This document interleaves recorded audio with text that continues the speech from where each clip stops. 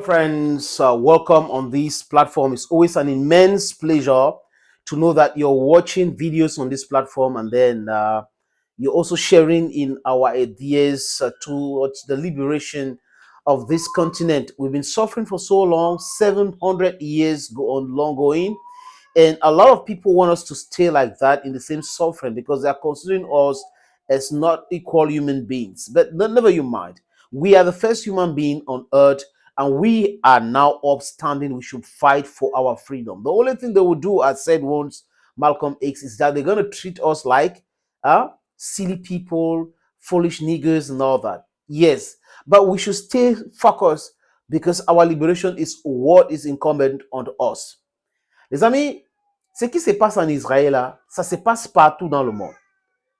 Allez dans les archives, regardez la presse occidentale à l'époque de l'esclavage. C'était une bonne chose.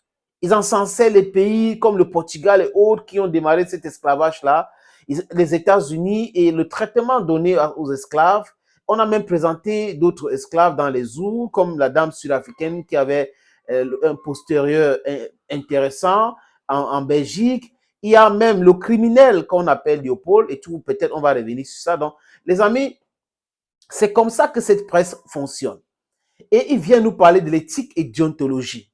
C'est des gens qui sont allés à l'école de journalisme, mais qui pratiquent tout autre chose. Les raisons sont claires. Ce sont les oligarques, contrôlés par les gouvernantes, la classe gouvernante dans leur pays, et leur communication vis-à-vis des pays qui doivent exploiter est différente de la communication qu'ils font dans leur propre pays.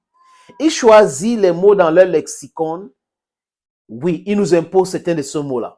Nous devrons savoir aujourd'hui que les Africains ont le droit d'avoir les lexicons, dans leur façon de réfléchir et d'analyser l'actualité, analyser les choses qui se passent en Afrique et refuser d'utiliser les mêmes mots qu'utilise la presse occidentale.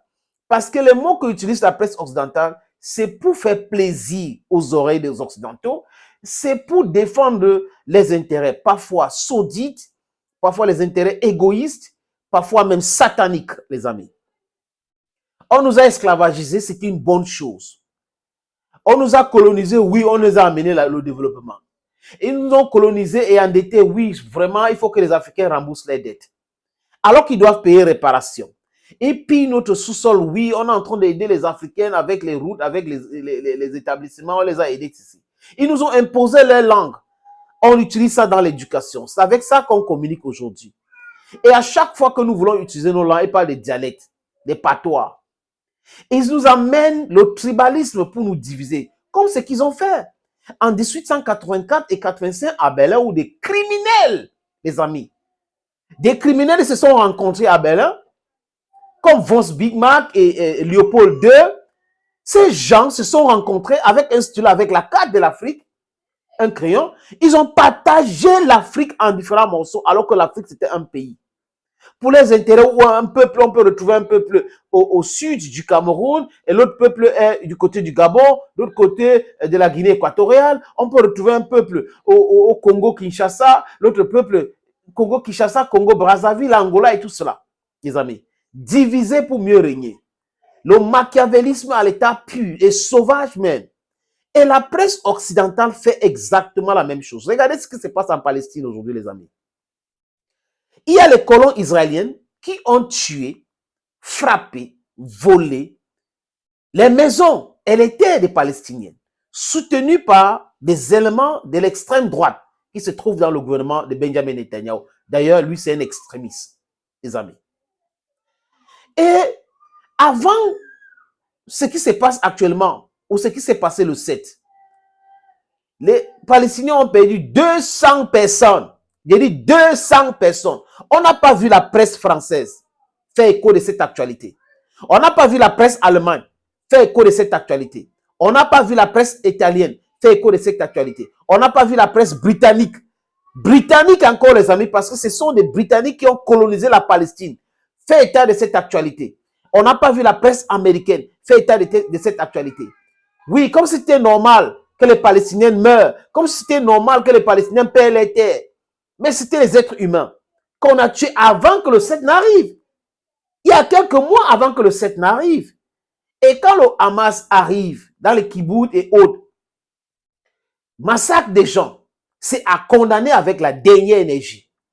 Oui, mais le problème ici, c'est quoi, les amis? C'est que les Occidentaux, la presse occidentale, se comportent comme si c'est normal que les Palestiniens meurent, mais c'est abnormal que du côté des gens qui les oppriment, les colons, les colonisateurs, ceux qui pratiquent l'apartheid, c'est abnormal que les Palestiniens ripostent pour pouvoir amener la désolation au sein de ce peuple d'Israël.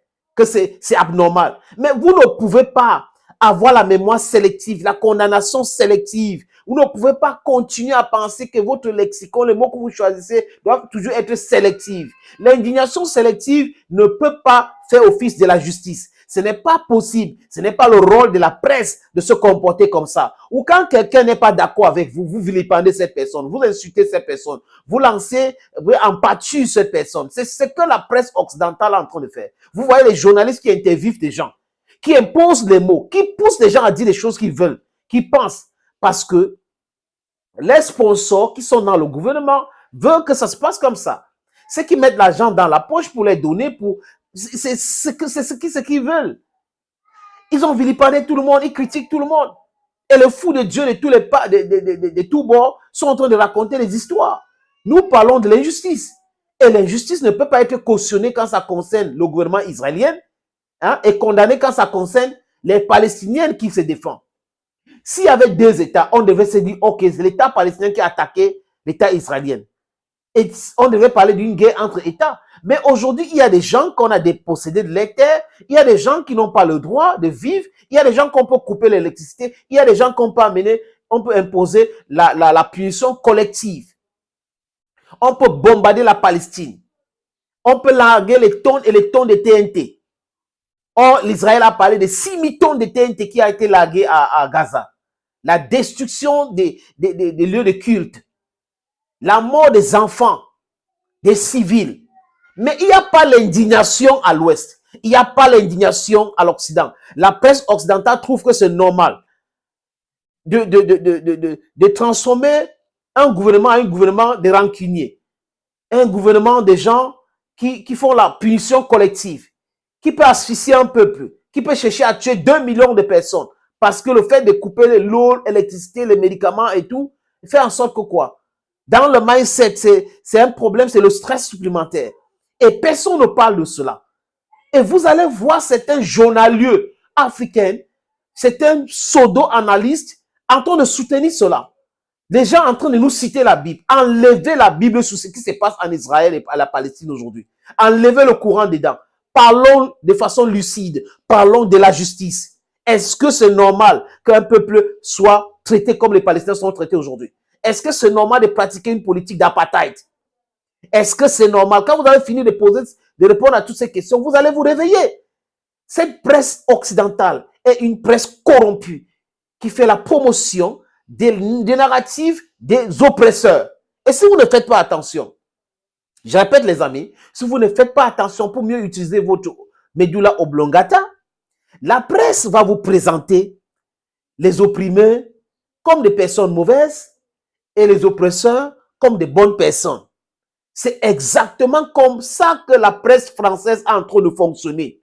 C'est exactement comme ça que la presse allemande est en train de fonctionner quand on parle du problème d'Israël. Mais l'hypocrisie encore, c'est de penser que il y a de l'autre côté des animaux et de l'autre côté des êtres humains. Vous êtes dans le non-sens. Les amis, si vous connaissez quelqu'un qui est patron, ne parle pas de ces journalistes-là. Il ne parle pas de ces propagandistes-là. Il ne parle pas de ces communicants-là. Je parle des patrons de presse. Taguez-le. Montrez-le cette vidéo. Cette hypocrisie-là saute à l'œil aujourd'hui. Et nous avons d'autres canaux de communication dont on n'a pas forcément besoin de venir dans les mainstream pour écouter vos mensonges répétés. Thank you, friends, for watching this video on this platform. Stay blessed and bye-bye for now.